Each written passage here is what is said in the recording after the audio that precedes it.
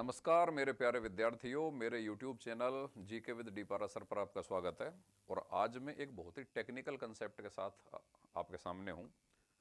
मूल अधिकार वाला टॉपिक आप सभी ने पढ़ा होगा। इसमें एक पॉइंट आता है मूल अधिकारों का स्थगन या निलंबन।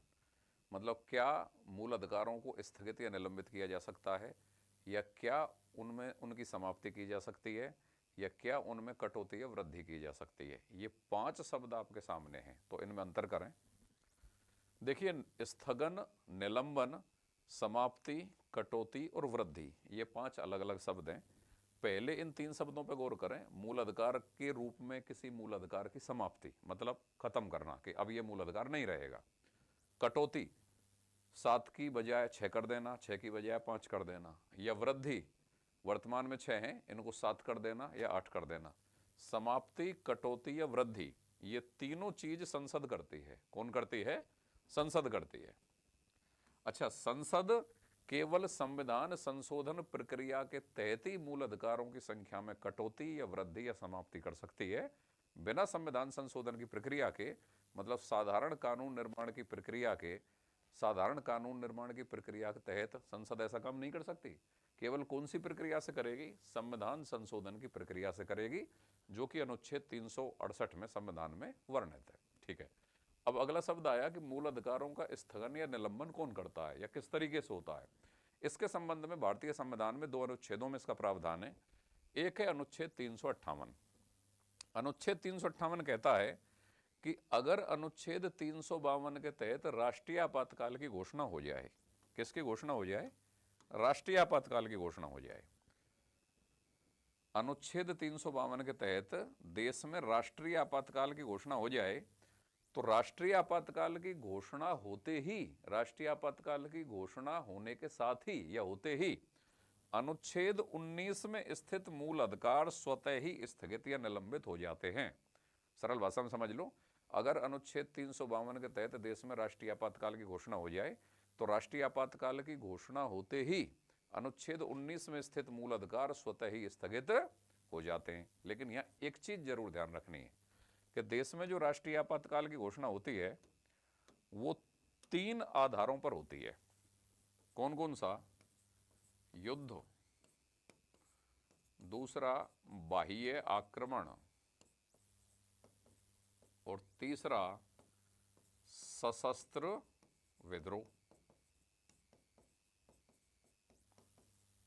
अनुच्छेद 358 के तहत अगर राष्ट्रीय आपातकाल लगता है और अनुच्छेद 19 में स्थित मूल अधिकार स्वतः ही स्थगित होते हैं, तो ऐसी राष्ट्रीय आपातकाल की घोषणा केवल 2 आधारों पर होगी, तभी ये होगा। वो 2 आधार कौन से हैं? युद्ध और बाह्य आक्रमण।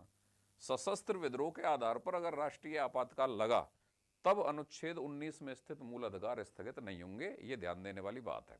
एग्जामिनर थोड़ा डेप्थ में सवाल ये डाल सकता है कि अनुच्छेद 358 के अंतर्गत जो राष्ट्रीय आपातकाल की घोषणा के समय मूल अधिकारों का निलंबन या स्थगन होता है, वो कौन से आधार पर राष्ट्रीय आपातकाल की घोषणा होने पर नहीं होगा?